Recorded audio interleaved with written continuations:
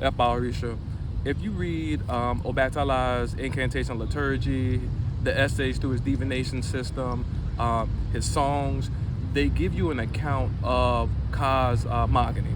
And so from the very beginning, the very first two entities to step foot in the physical realm of reality were Obatala and Yemoo at the same time. So you can break these stories down, and they're a lot deeper than what most people may think.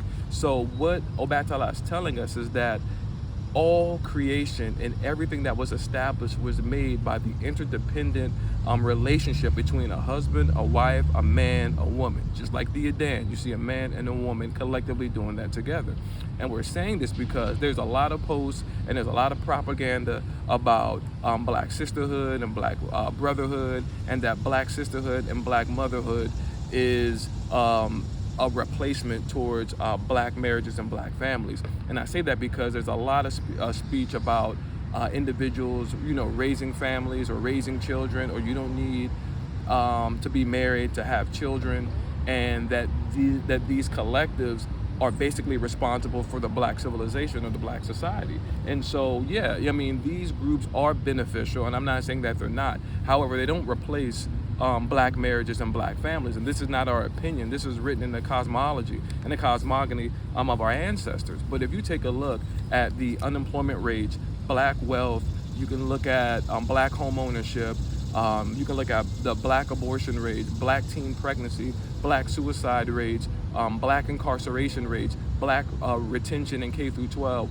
black graduation rates in higher education, is majority of these maladaptive statistics are directly related to broken households and single family households. Another thing is that a lot of people aren't speaking about it, but when you look at these influencers, they're putting you on the wrong direction, and a lot of them are paid agents. So when you see a lot of these brothers will get on these podcasts just trashing black sisters, a lot of them, who knows, they may be perpetrating a demon that has this deep-seated hatred for women, one, but then two, is that on the low, a lot of them are homosexuals. And this is the same thing with the sisters. When you see a lot of those sisters who have those man-hating podcasts, and all they can just have this low vibration, negative experience. Nobody's a social worker, nobody's a therapist, nobody's a psychologist, nobody's a psychiatrist, nobody's a mental health professional, nobody's a certified peer support specialist, but they have so much advice about what you should be doing with your life.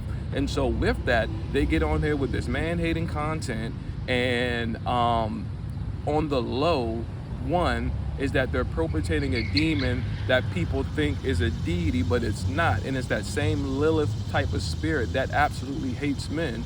But then also, just like what goes on with the men, a lot of those women are lesbians on the side, and they want to come and coerce you and try to do something to you, and taking advantage of, of the ignorance of our sisters. And so, like I said, if it's done in a high vibe and it's altruistic, these relationships, these brotherhoods or sisterhoods can be beneficial. But if you think about this, when we have grown adults that are putting so much attention into friendships, and not even bonding with your blood family, but with basically a friend, people that you don't know, and then you're refusing marriage, is like you're escaping accountability. And we know that the number one cause number two possibly, they say finances, but I'll say if not finances, this is the second one, cause of black divorce is undiagnosed mental health problems. So a lot of folks have borderline personality disorder, they have histrionic personality disorder, they have a narcissistic personality disorder, bipolar, schizophrenia, and that goes undiagnosed. And so these type of people typically won't seek counseling,